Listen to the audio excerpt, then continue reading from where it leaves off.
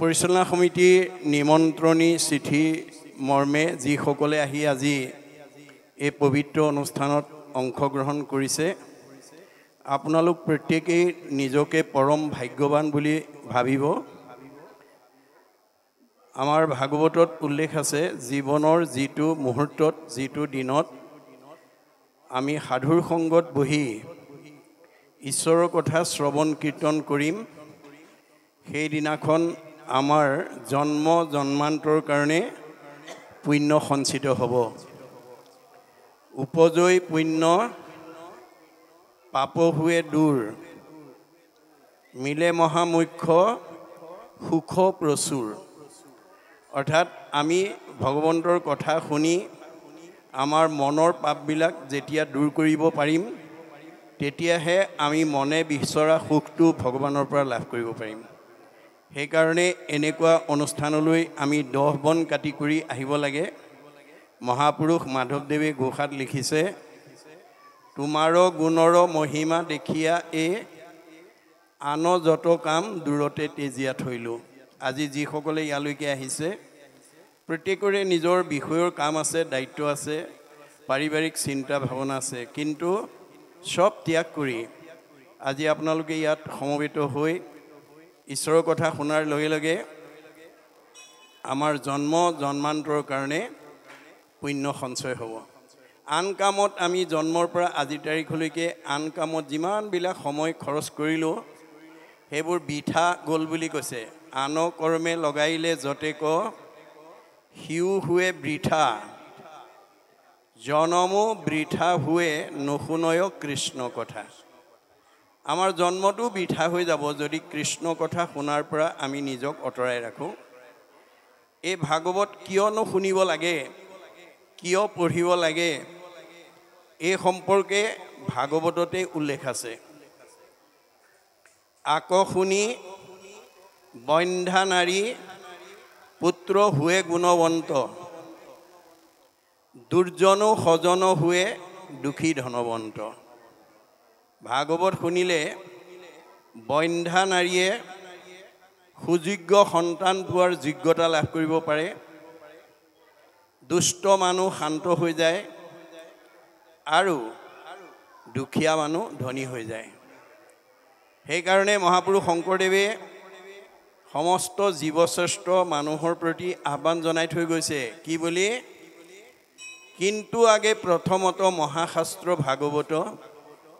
শুনি উক মহাযত্ন কৰি। হে জীৱশ্ৰেষ্ঠ মানুহ, তোমালোকে মহাযত্ন কৰি ভাগৱত শুনিবলৈ যত্ন কৰিবা। লাভ কি হ'ব? বিষয়ৰ দুখ যত সকলে কৰিব হত হৰি ভকতৰ সংগ ধৰি। আজিৰ দৰে ভক্তৰ সংগত যদি আমি ঈশ্বৰৰ কথা শুনিব পাৰোঁ আমাৰ বৈষয়িক জীৱনৰ, পাৰিবাৰিক জীৱনৰ, দাম্পত্য জীৱনৰ, যুগ্ম জীৱনৰ, সামাজিক জীৱনৰ সকলো দুখ দুৰ্গতিৰ পৰা আমি নিজক মুক্ত কৰিব পাৰিম। সেইকাৰণে ভাৰতবৰ্ষৰ শ্ৰেষ্ঠ বৈষ্ণৱ ৰজা পৰীক্ষিতে এই ভাগৱত শুনিবলৈ বাধ্য হৈছিল। কিয়? ভগৱন্তই তেওঁক যিটো প্ৰতিভা দি পঠিয়াইছিল সেই প্ৰতিভাটো প্ৰয়োগ কৰিব নজনাৰ কাৰণে তেওঁ অভিশপ্ত হ'ব লগা হৈছিল। ভগৱন্তই পৰীক্ষিতক কি প্ৰতিভা দি পঠিয়াইছিল? ভাৰতবৰ্ষৰ শ্ৰেষ্ঠ বৈষ্ণৱ ৰজা কৰি পঠাইছিল।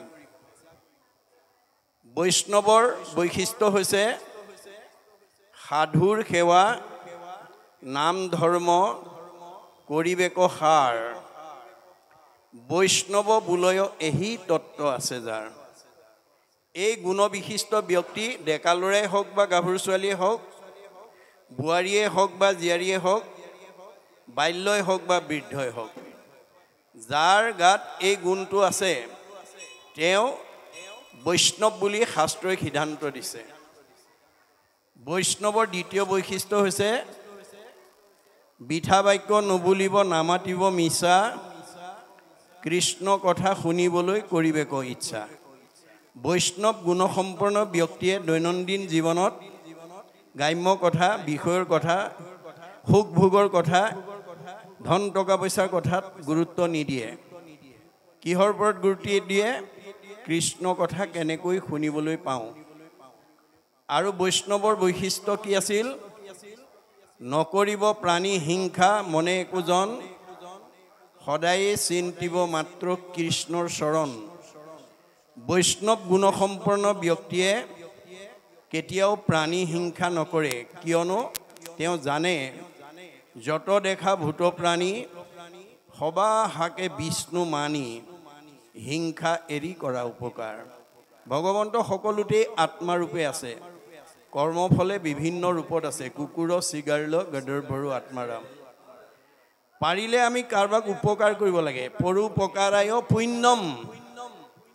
আমি ৰাতিপুৱা শুই উঠাৰ পৰা গধূলা খোৱালৈকে যদি কাৰোবাক উপকাৰ কৰিব পাৰোঁ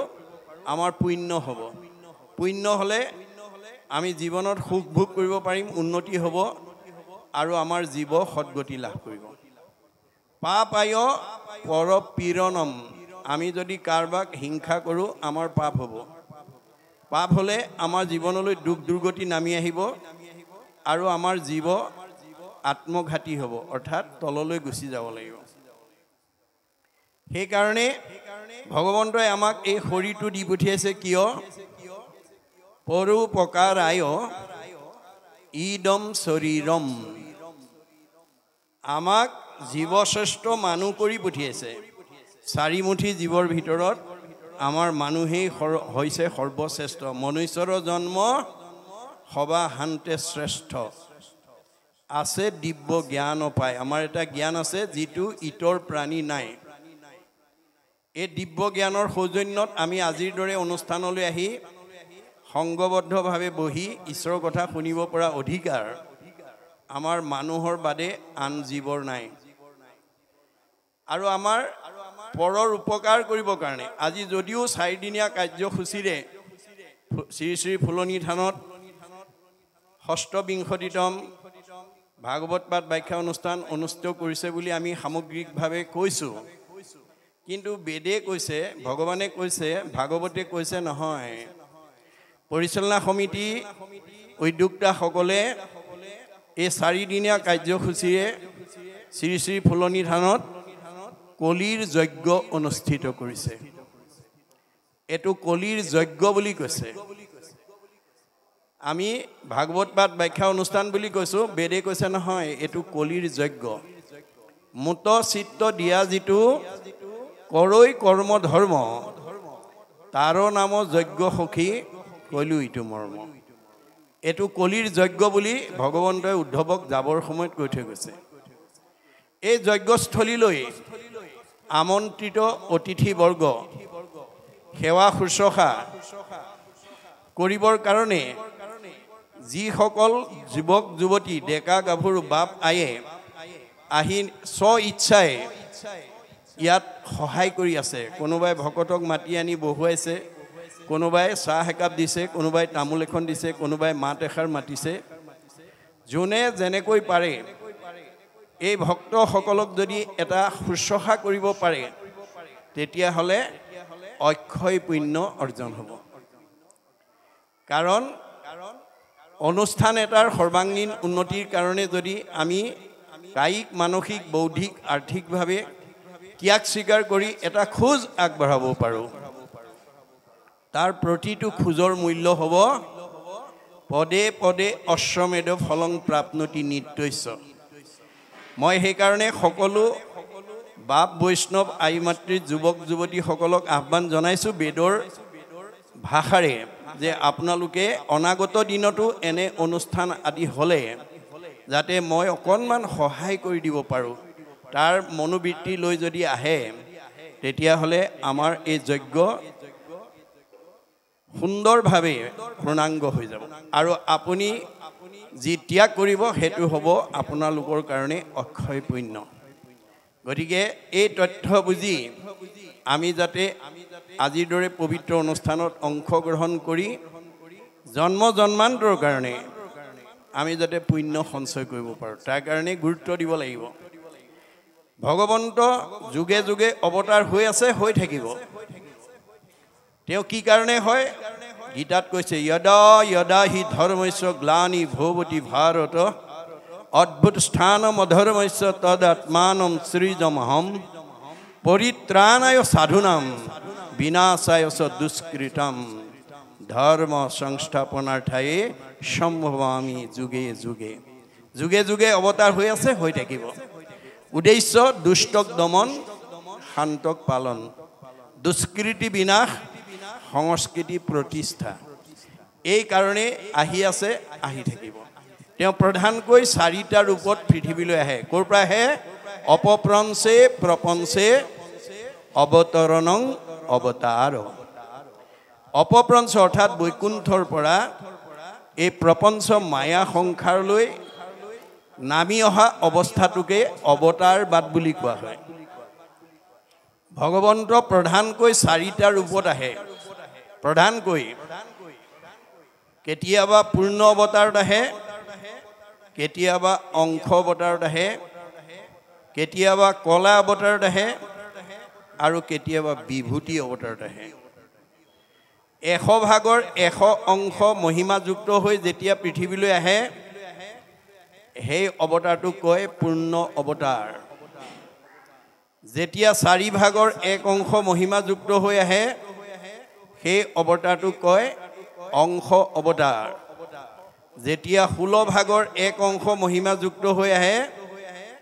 তাক কয় কলা অৱতাৰ আৰু যেতিয়া 100 ভাগৰ 1 অংশ মহিমাযুক্ত হৈ আহে তাক কয় বিভূতি অৱতাৰ এতিয়া ভগৱন্তই কোনটো অৱতাৰ লৈ পৃথিৱীলৈ নামি আহিব হেতু পৃথিৱীৰ অৱস্থাৰ ওপৰত নিৰ্ভৰ কৰে গতিকে দাপৰ যুগত তেওঁ পূৰ্ণ অৱতাৰ হৈ এই ধৰাধামলৈ নামি আহিছিল আৰু দশম স্কন্ধ ভাগৱতত এই আৰম্ভণিৰ পৰা এইখিনিলৈকে এই কথাখিনিকে আমাক অৱগত কৰিছে যে গুৰুজনাই ব্যাসকৃত ভাগৱত সমস্ত লোকে অতি সহজে বুজি পোৱাকৈ ইয়াক অসমীয়ালৈ তৰ্জমা কৰি উলিয়াইছিল আৰু আৰম্ভণিতে তেওঁ ভগৱন্তক স্মৰণ কৰি লৈছে ব্যাসকৃত দেৱভাষা সংস্কৃতত লিপিবদ্ধ ভাগৱত যেতিয়া অসমীয়ালৈ তৰ্জমা কলিয়াব লৈছিল এই দশম স্কন্ধ ভাগৱত সংকলন কৰাৰ প্ৰাক মুহূৰ্ততে তেওঁ আমালৈ এটা নীতি শিক্ষা দিছে কি দিছে যে ভগৱন্তই আমাক প্ৰত্যেককে কিবা নহয় কিবা এটা প্ৰতিভা দি পঠিয়াইছে কাক কি প্ৰতিভা দিছে আপোনালোকেহে জানিব কাৰোবাক ডাক্তৰ কাৰোবাক ইঞ্জিনিয়াৰ কাৰোবাক প্ৰবক্তা কাৰোবাক অধিবক্তা কাৰোবাক বুদ্ধিজীৱী কাৰোবাক জ্ঞানী কাৰোবাক মানি কাৰোবাক ব্যৱসায়ী কাৰোবাক চাকৰি ইত্যাদি ইত্যাদি কিন্তু ভগৱন্তই আমাক যিটো প্ৰতিভা দি পঠিয়াইছে সেই প্ৰতিভাটো যেতিয়া আমি বাস্তৱ ৰূপায়ণ কৰিবলৈ যাম তেতিয়া আমি প্ৰত্যেকেই প্ৰতিভাদাতা অৰ্থাৎ আমাক প্ৰতিভা প্ৰদত্ত ভগৱন্তক চিন্তা নকৰাকৈ তেওঁক কোনো আৰাধনা নকৰাকৈ আমি যাতে নিজৰ জ্ঞান আৰু বুদ্ধিৰ বলত নিজৰ শিক্ষাৰ বলত আমি যিকোনো কাম কৰিছো বুলি কৰিব নালাগিব কৰিব পাৰিব কিন্তু সুখ বিচাৰি পাব দুখৰ উপৰি দুখ অৰ্থাৎ ভাগৱতে আমাক নীতি শিক্ষা দি আছে আমাৰ জীৱন শৈলীৰ পদ্ধতিবিলাক মাতৃগৰ্ভত স্থিতি হোৱাৰ পৰা মৃত্যুৰ পৰ্যন্ত আমি কেনে নীতি আদৰ্শৰে আগবাঢ়িলে আমি জীয়াই থকা দিনকেইটাত শান্তি আৰু আনন্দ পাম মৰিলে সদ্গতি পাম আমি ভাগৱত শুনিবলৈ কিয় আহিব লাগে যে জীয়াই থাকোঁতে শান্তিত থাকিবৰ কাৰণে আনন্দত থাকিবৰ কাৰণে জীয়াই থাকোঁতে শান্তি আনন্দত থকা জীৱইহে সদ্গতি পাব যি মানুহে জীয়াই থাকোঁতে অশান্তিত আছে সেইজন মৰিলে অধোগতি যাব শান্তি কিহে দিব মাধৱদেৱে ঘোষাত লিখিছে আন যত হবে মিছা ভক্তিৰ অভাৱে ধন ধান টকা পইচা গাড়ী মটৰ পকা ঘৰ দুৱাৰ শিক্ষা বিদ্যা সব থাকিব পাৰে কিন্তু আপোনাৰ শান্তি নহবও পাৰে সব থাকিলেও আপুনি অমংগলৰ পৰা মুক্ত হ'ব নোৱাৰে বুলি ভাগৱতে কৈছে সুমংগলে অমংগল জানা কৃষ্ণ বিনে অমংগলে সুমংগল কৃষ্ণৰ কীৰ্তনে সব থাকিলেও অমংগল হ'ব কিন্তু কৃষ্ণৰ গুণনাম য'ত প্ৰকাশ হ'ব তাত সুমংগল হ'ব শ্ৰী শ্ৰী ফুলনি থানৰ পৰিচালনা সমিতিয়ে এতিয়ালৈকে ২৬ বছৰে গুৰি বঠা ভালকৈ ধৰি প্ৰফুল্ল বৰা বাপে যি এই অঞ্চললৈ মংগল নমাই আনিছে উঠি অহা প্ৰজন্মক আধ্যাত্মিক আৰু নৈতিক দিশেৰে আগবাঢ়ি যোৱাৰ যি পথ দিছে মই আশা কৰিম মই বাঞ্ছা কৰিম যে অনাগত দিনলৈকে শতবাৰ্ষিকলৈকে যাতে এই অনুষ্ঠান আমি আগুৱাই নিব পাৰোঁ আমাৰ পৰিকল্পনা আমি ইতিমধ্যে ৰূপালী জয়ন্তী উদযাপন কৰি গৈছে 50 বছৰত আমি সোণালী জয়ন্তী উদযাপন কৰিম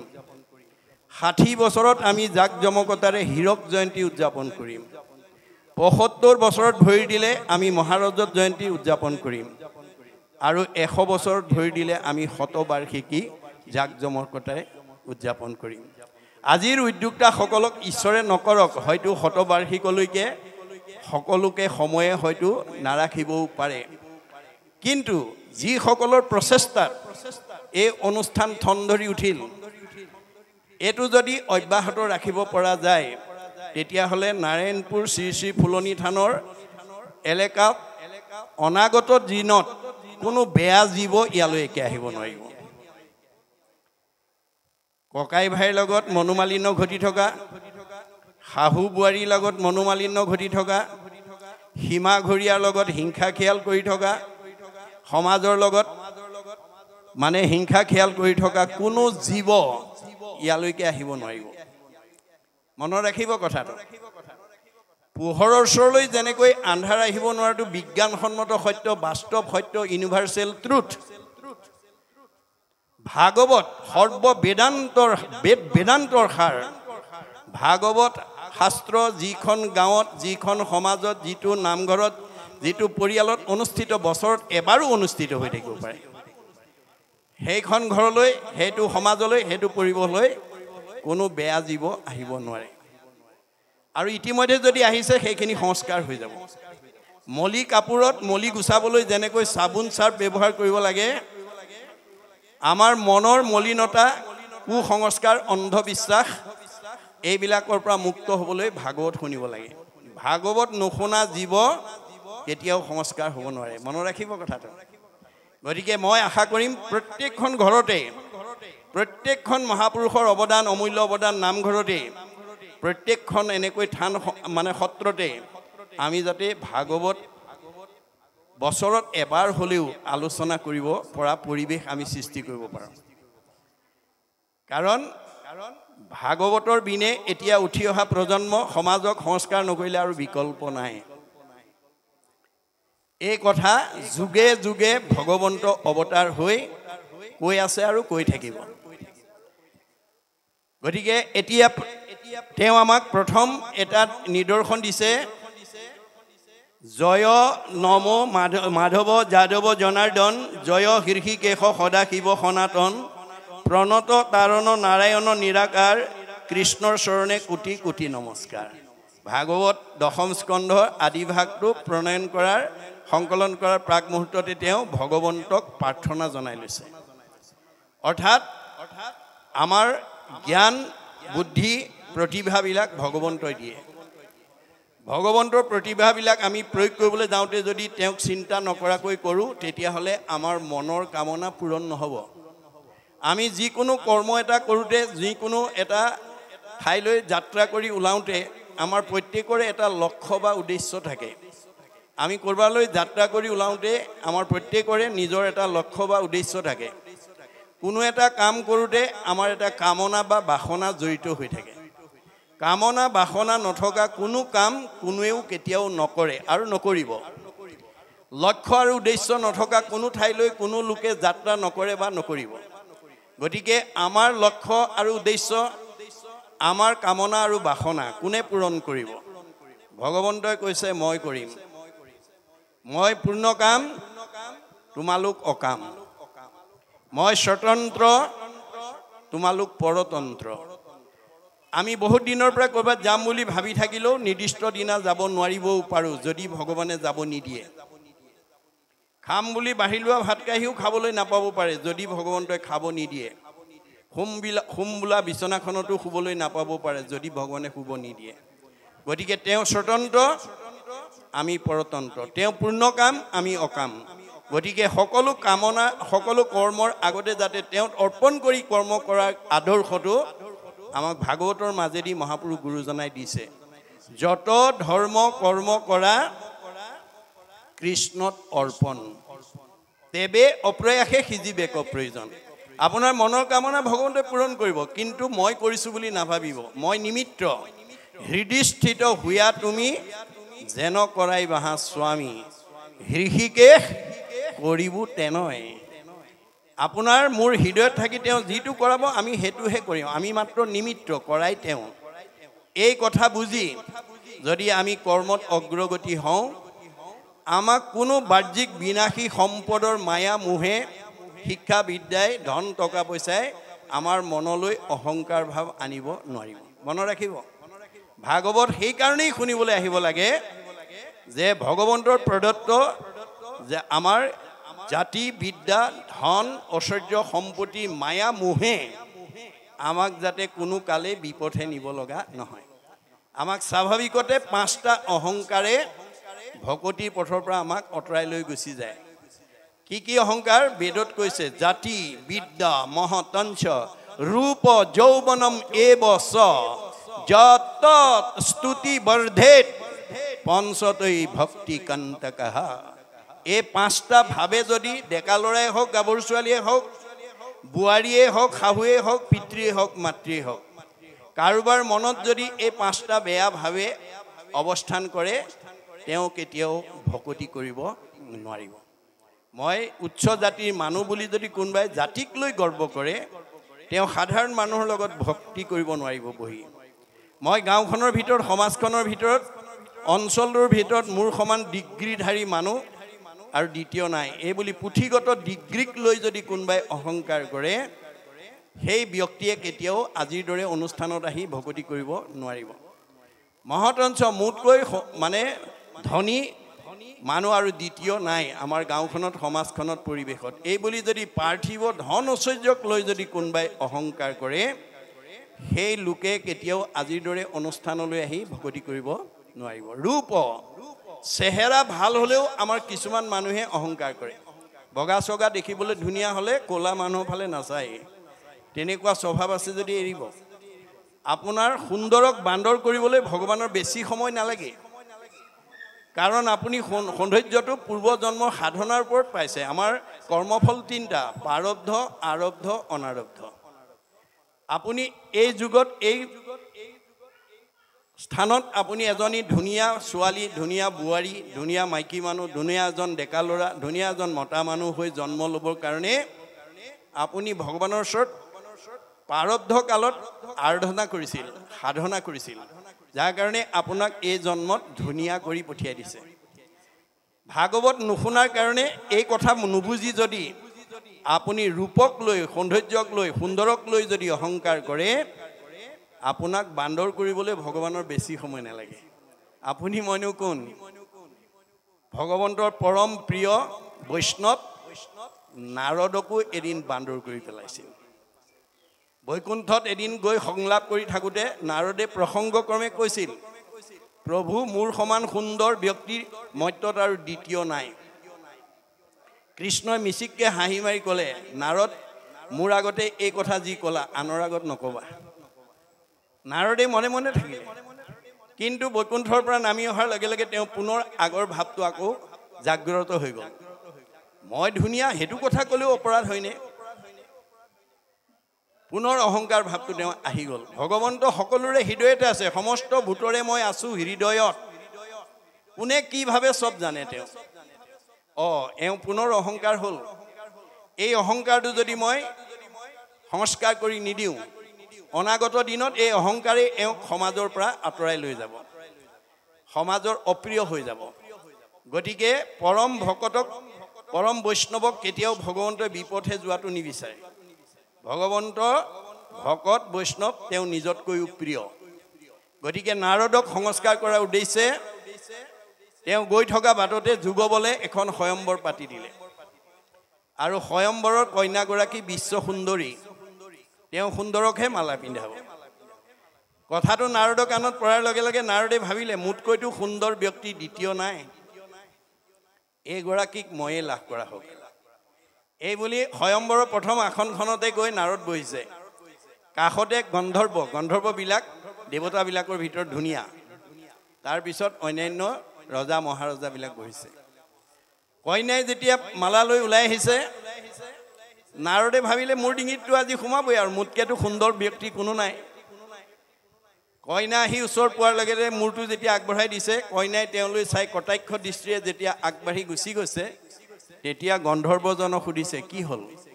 তেতিয়া গন্ধৰ্বই কৈছে তুমি আইনাখন চোৱাগৈচোন আইনাখন চাইছে বান্দৰ হৈ আছে নাৰদক বান্দৰ কৰি বহুৱাই থৈ দিছে নাৰদে গম পালে এইটো প্ৰভুৰ লীলা প্ৰভুৱে কৰিলে তেওঁ লগে লগে অভিশাপ দি দিলে প্ৰভু তুমি যেনেকৈ মোক আজি এই প্ৰাপ্যৰ পৰা বঞ্চিত কৰিছা এদিন তুমিও এই বান্দৰৰ সহায় লৈহে উদ্ধাৰ হ'ব পাৰিবা ভকতৰ অভিশাপত ত্ৰেতা যুগত ৰামচন্দ্ৰ অৱতাৰ হৈ বান্দৰৰ সহায় ল'ব লগা হৈছে এইবোৰ একোটা একোটা কাহিনী উপকাহিনীৰ মাজেদি আমাক মহাপুৰুষ জনাই ভাগৱতে কি শিক্ষা দিব বিচাৰিছে নৈতিক আৰু আধ্যাত্মিক শিক্ষা আমাৰ পুথিগত ডিগ্ৰীয়ে আমাক কাকোৱে প্ৰকৃত মানুহ হিচাপে গঢ়ি তুলিব নোৱাৰে মানৱ সম্পদ হিচাপে আমি গঢ়ি উঠিব নোৱাৰোঁ তাৰ লগত আমাৰ ধৰ্মীয় বা আধ্যাত্মিক গুণ শিক্ষা দিবই লাগিব যাৰ কাৰণে প্ৰাচাত্য শিক্ষাবিদ ৰাইবানে কৈছে for all round development of student religious education is essential এজন ছাত্ৰক আমি পূৰ্ণাংগ ছাত্ৰ হিচাপে মানৱ সম্পদ হিচাপে গঢ়ি তুলিবলৈ হ'লে পুথিগত ডিগ্ৰীৰ লগত আধ্যাত্মিক বা ধৰ্মীয় শিক্ষা দিবই লাগিব Rusui কৈছে the religious education should be included in the curriculum because it is through religion that the fact of youth can be set on the road to the absolute values truth beauty and goodness অৰ্থাৎ সত্য শিৱ সুন্দৰক আৰাধনা কৰিবলৈ হ'লে পুথিগত বিদ্যাৰ লগত আমি আধ্যাত্মিক শিক্ষা ধৰ্মীয় শিক্ষা সংযোগ কৰিবই লাগিব অন্যথা আমি প্ৰকৃত মানুহ হিচাপে সমাজত পৰিচয় দিব নোৱাৰিম যাৰ কাৰণে আজি বহুত পিতৃ মাতৃয়ে ল'ৰা ছোৱালীক পঢ়ুৱাই কাৰোবাক ডক্টৰেট ডিগ্ৰী কাৰোবাক ডাক্তৰ কাৰোবাক ইঞ্জিনিয়াৰ কাৰোবাক প্ৰবক্তা কাৰোবাক অধিবক্তা কাৰোবাক বুদ্ধিজীৱী জ্ঞানী মানি বহুত উচ্চ পদস্থ বিষয়ত চাকৰি কৰাৰ যোগ্যতা অৰ্জন কৰি দিছে কিন্তু ভাগৱতৰ দৰ্শন নজনাৰ কাৰণে আমাৰ এই নাৰায়ণপুৰ অঞ্চলৰ দৰে ভাগৱত প্ৰচলন নথকাৰ কাৰণে সেই সকল পুত্ৰই উচ্চ শিক্ষাত শিক্ষিত হৈ বহুত উচ্চ পদস্থ বিষয়ত চাকৰি কৰি আনতো দূৰৰ কথা নিজৰ জন্মদাতা পিতৃ মাতৃক বৃদ্ধ বয়সত আমি কেনেকৈ সেৱা কৰিব লাগে শুশ্ৰূষা কৰিব লাগে মৰম কৰিব লাগে আদৰ কৰিব লাগে লালন কৰিব লাগে পালন কৰিব লাগে তাক নাজানি সেই সকল উচ্চ পদস্থ বিষয়ত চাকৰি কৰা সন্তানে নিজৰ জন্মদাতা বৃদ্ধ পিতৃ মাতৃক বৃদ্ধাশ্ৰমলৈ পঠাবলৈ কুণ্ঠাবোধ কৰা নাই এই ভাগৱত শাস্ত্ৰ যদি আমাৰ নাৰায়ণপুৰ অঞ্চলত শ্ৰী শ্ৰী ফুলনি থালত যদি অব্যাহত থাকে অনাগত দিনলৈকে তেতিয়াহ'লে এই অঞ্চললৈ তেনেকুৱা বৃদ্ধ পিতৃ মাতৃক বৃদ্ধাশ্ৰমলৈ পঠিওৱা জীৱ কাৰো বংশলৈ কাৰো গৃহস্থী ঘৰলৈ পুত্ৰৰূপে আহিব নোৱাৰিব মনত ৰাখিব কথাটো সেইকাৰণে আপোনালোকে এই অনুষ্ঠানৰ প্ৰতি সহানুভূতি দেখুৱাব লাগিব সহযোগিতা আগবঢ়াব লাগিব আৰু উদ্যোক্তাসকলক প্ৰেৰণা দিব লাগিব তেওঁলোকে যাতে অনাগত দিনত আমাৰ এই অঞ্চলৰ লোকসকলক উঠি অহা প্ৰজন্মক আমাৰ যাতে আধ্যাত্মিক আৰু নৈতিক শিক্ষাৰ মাজেদি ভাগৱতৰ শিক্ষাৰ যোগেদি যাতে আমাক আগবঢ়াই নিব পাৰে তাৰ কাৰণে আপোনালোকে অন্তত উদ্যোক্তাসকলক প্ৰেৰণা দিলে মোৰ বিশ্বাস এই অনুষ্ঠান কোনোদিন ম্লান হৈ নাযাব এই অনুষ্ঠান সদায় সজীৱ হৈ থাকিব গতিকে ভাগৱতৰ দৰ্শন বিনা পুথিগত ডিগ্ৰীয়ে আমাক প্ৰকৃত মানুহ কৰিব নোৱাৰে দশম স্কন্ধত স্বয়ং ভগৱন্তই কংসক বধ কৰি পুৰকংসক বধ কৰি অন্ধকাৰ কাৰাগাৰৰ পৰা বন্দী পিতৃ মাতৃক উলিয়াই আনি বসুদেৱ দেৱকীৰ ওচৰত দীঘল দি পৰি কৈছে, হে পিতৃ মাতৃ, তোমালোকে মোৰ কাৰণে বহুত কষ্ট পালা। মই মানৱ জীৱনৰ 100টা বছৰত তোমালোকক এই ঋণ মই পৰিশোধ কৰিব নোৱাৰোঁ। কাৰণ যিটো পিতৃ মাতৃ জন্মিলেক দেহ পুখিলেক অনুদিন শতেক বৎসৰে সিটো পুত্ৰে তাৰ খুজিবে নপাৰে ঋণ। যি পিতৃ মাতৃ আমাক জন্ম দিয়ে বিশ্ব সংসাৰ দেখালে মানৱ জীৱনৰ 100টা বছৰত আমি সেই পিতৃ মাতৃৰ ঋণ পৰিশোধ কৰিব নোৱাৰোঁ। তেনেস্থলত ভাগৱতৰ দৰ্শন নজানা কোনো সন্তানে যদি পুত্ৰ হুয়া যিটো পিতৃক নুপুষৈ দুৰ্জন আতি আবাতি তাহাৰ মাংসক তাকে খুৱাবয়ো যমৰ কিং কৰে কাটি। কোনোবা সন্তানে যদি বৃদ্ধ পিতৃ মাতৃক অৱজ্ঞা কৰে, অনীহা কৰে, অশ্ৰদ্ধা কৰে, অৱহেলা কৰে, তেওঁ ইমান দুখৰ দোষী হ'ব লাগিব যে তেওঁৰ মাংস কাটি কাটি যম কিং কৰে তেওঁকেই খুৱাব। অকল সিমানেই নহয়, বৃদ্ধ পিতৃ মাতৃ গুৰু বন্ধুজন নুপুষে পিতৃ পুত্ৰক নিশ্বাস কাঢ়ন্তে জীৱন্তে থাকন্তে জানিবা সিটো মৃতক।